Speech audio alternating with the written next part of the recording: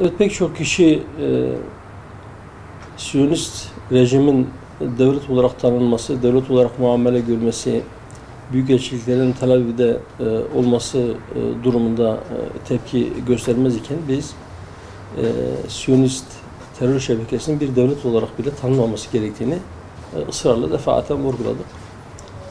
Bu son olayda aslında 1995 yılından beri Amerika'nın almış olduğu bir karar var. Kendi büyükelçiliklerinin Kudüs'e taşınması yönünde.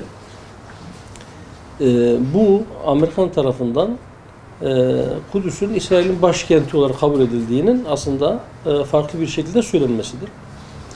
Bütün dünya buna tepki gösterdi. Sadece İslam ülkeleri değil, diğer bazı ülkeler de buna tepki gösterdiler. Elbette bizim de tepkimiz, ama bizim tepkimiz sadece Kudüs'ün İsrail'in başkenti olarak kabul edilmesine değil. Bizim tepkimiz Siyonist terör şebekesinin bir devlet olarak kabul edilmesi. Yani büyükelçilikler Tel Aviv'de olsa bile bizim için sorundur. Fakat elbette Kudüs herhangi bir yer değildir. Çünkü Kudüs'te Beytül Makdis vardır. Çünkü Kudüs'te Mescid-i Aksa vardır. Mescid-i Aksa ümmetin haremidir. O şiara yapılan saldırıyı biz bütün Müslümanlara, bütün ümmete yapılmış bir saldırı olarak kabul ediyoruz. Ve Amerika'nın bu son hamlesi, Trump'ın bu son hamlesi ümmete bir saldırıdır. Çünkü Mescid-i Aksa'ya saldırıdır. Çünkü Kudüs'e saldırıdır. Siyonizm, yani Yahudilerin çok önemli bir kısmı aslında şöyle düşünürler, şöyle inanırlar. Allah-u Teala'nın diğer insanlara kendileri için kullandıkları sıfat olan o seçkin kavme çok af buyurun binmeleri için merkep olarak yaratıldığına inanırlar. Ve derler ki fark etmez, bizim için herhangi bir eşek ölürse biz başka bir eşeğe bineriz. Bugün çağdaş eşek Trump olmuştur. Siyonistlere eşeklik etmektedir. Onlar da onun sırtında bugün amaçlarına, hedeflerine yürümek için yola çıkmışlardır. Ama inşallah bu yolun sonu onlar için hayır olmayacaktır. Şer gibi görünen bu şeyde ümmetin uyanışı ve Kudüs'e sahip çıkması gibi bir hayır doğacağını biz ümit ediyoruz. Evet, dünyanın dört bir tarafında ciddi tepkiler var. Üçüncü intifada çağrısı var. Küresel bir intifada çağrısı var. Sadece Müslümanlar değil, gayrimüslimler de tepkiler ortaya koymaya başladılar. Tepkileri bir halkların göstermiş olduğu tepkiler, bir de yönetimlerin göstermiş olduğu tepkiler olarak belki iki ayrı şeyde ele almak mümkündür. Gerçekten halkların, Müslüman olsun veya olmasın, insanlıktan yana olan halkların göstermiş oldukları tepkiler değerlidir, önemlidir. Ama yönetimlerin göstermiş oldukları tepkiler yeterli midir? Biz yeterli olduğunu düşünmüyoruz. Daha ileri düzeyde bazı tepkiler ortaya konmalı, pratik bazı adımlar atılmalı. Söylem düzeyinde işte kınamakla sadece yetinmemeli. Herkese şunu bilmeli ki Siyonizm çok tehlikeli bir ırkçılıktır. Ve bütün insanlık için bir tehdittir. Biraz önce söylediğim gibi onlar kendi kavimleri dışında hiç kimseyi kendilerine denk insanlar olarak bile görmüyorlar. Ve kendi aralarındaki görüşmelerde, protokollerde hiç gizlemeden, gizleme gereği duymadan birbirlerine rahatlıkla şunu söylüyorlar: Yahudi olmayan birisini öldürebiliyorsan öldür. Bütün insanlıktan intikam almaya çalışıyorlar. Sadece şu bile aslında bir şeyi net bir şekilde ortaya koyuyor. Düşünebiliyor musunuz? Kendilerini doğru yola iletsin diye Allah-u Teala'nın onlara kendi işlerinden, kendi kavimlerinden göndermiş olduğu peygamberleri bile öldürdüler. İşte bunlar bu kadar azgın bir topluluktur. Tarih boyunca hep bozgunculuk yapmışlardır. Sadece Müslümanlara değil, evet. Müslümanlara düşmanlıkta en şiddetli olanlar belki Yahudilerdir, ama sadece Müslümanlar değil. Bunlar insanlık adına, iyilik adına ne varsa hepsine düşmandırlar ve durdurulmazlarsa, tedbirler alınmazsa, bu zulmü önleyecek bir siyaset geliştirilmezse sadece Filistinliler, sadece Filistin bundan zarar görmeyecek. Bütün bir insanlık onların bu vahşetlerinden, onların bu çılgınlıklarından payına düşen haksızlığı, payına düşen zararı görecektir. Doğrusu İslam İşbirliği Teşkilatı yarın İstanbul'da toplanacak Sayın Cumhurbaşkanı'nın söylem olarak söylediği şeylerin orada pratik bir sonucu olacak mı? Göreceğiz, hep birlikte göreceğiz. İslam ülkelerinin bazıları alttan alta çok ciddi ilişkiler geliştiriyor Siyonist terör şebekesiyle. İslam ülkelerinin yaklaşık 1/3 İsrail'i bir devlet olarak tanıyor ki bunlardan bir tanesi Türkiye'dir. Bir tanesi Filistin topraklarının komşusu Ürdün, bir diğer komşu Mısır'dır.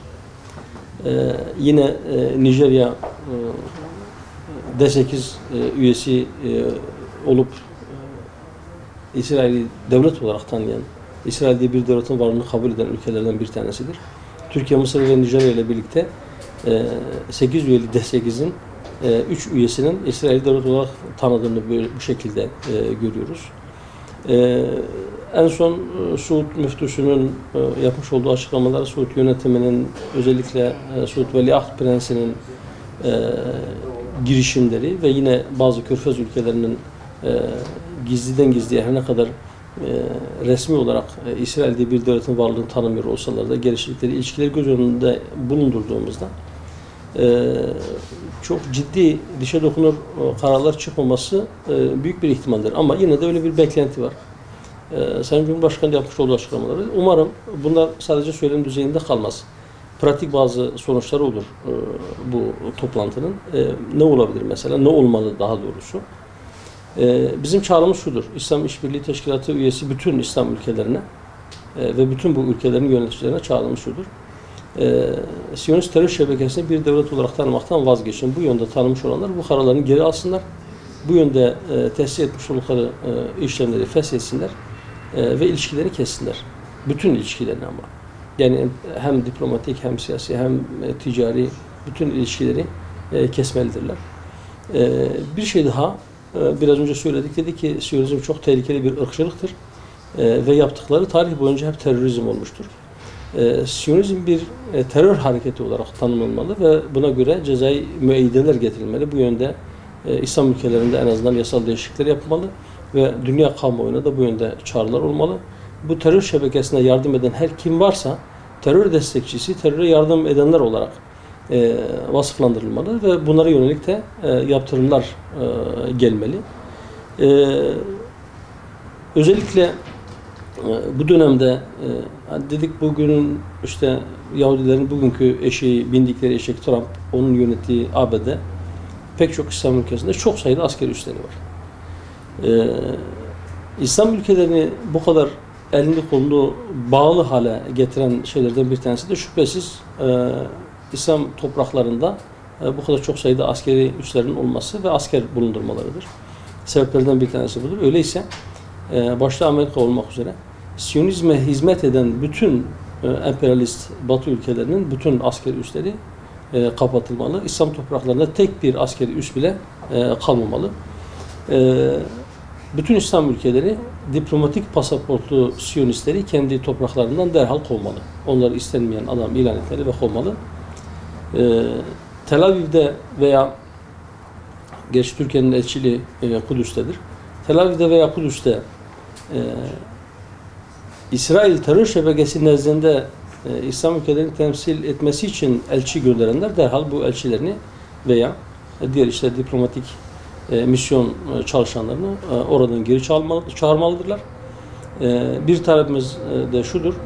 Diyoruz ki Siyonistlerin işgali altındaki hava alanlarına inmek üzere giden bütün uçaklar veya o havaalanlarından kalkmış olan bütün uçaklar herhangi bir İslam ülkesinin hava sahasını kullanamamalıdır. Bütün İslam ülkeleri hava sahalarını da Siyonist terör rejimine kapatılmalıdır diye taleplerimiz var. Bunu bu şekilde sizin vasıtanızda bir kez daha yarın toplanacak olan İslam İşbirliği Teşkilatı üyesi 57 ülkenin yöneticilerine bu şekilde sizin aracınıza bir kez daha iletmiş olalım. Evet, bu pazar günü saat 13.30'da inşallah İstasyon Meydanı'nda Kudüs'e sahip çıkma adına, Mescid-i Aksa'ya sahip çıkma adına bir miting tertip ediyoruz. Bütün halkımızı, partili partisiz, bütün halkımızı bu mitinge davet ediyoruz. Bu sadece bir partinin meselesi değildir. Bu sadece bir kavmin sorunu değildir. Kudüs sadece Filistinlilerin değildir. Mescid-i Aksa ümmetin haremidir. Beytullah Allah'ın haremidir.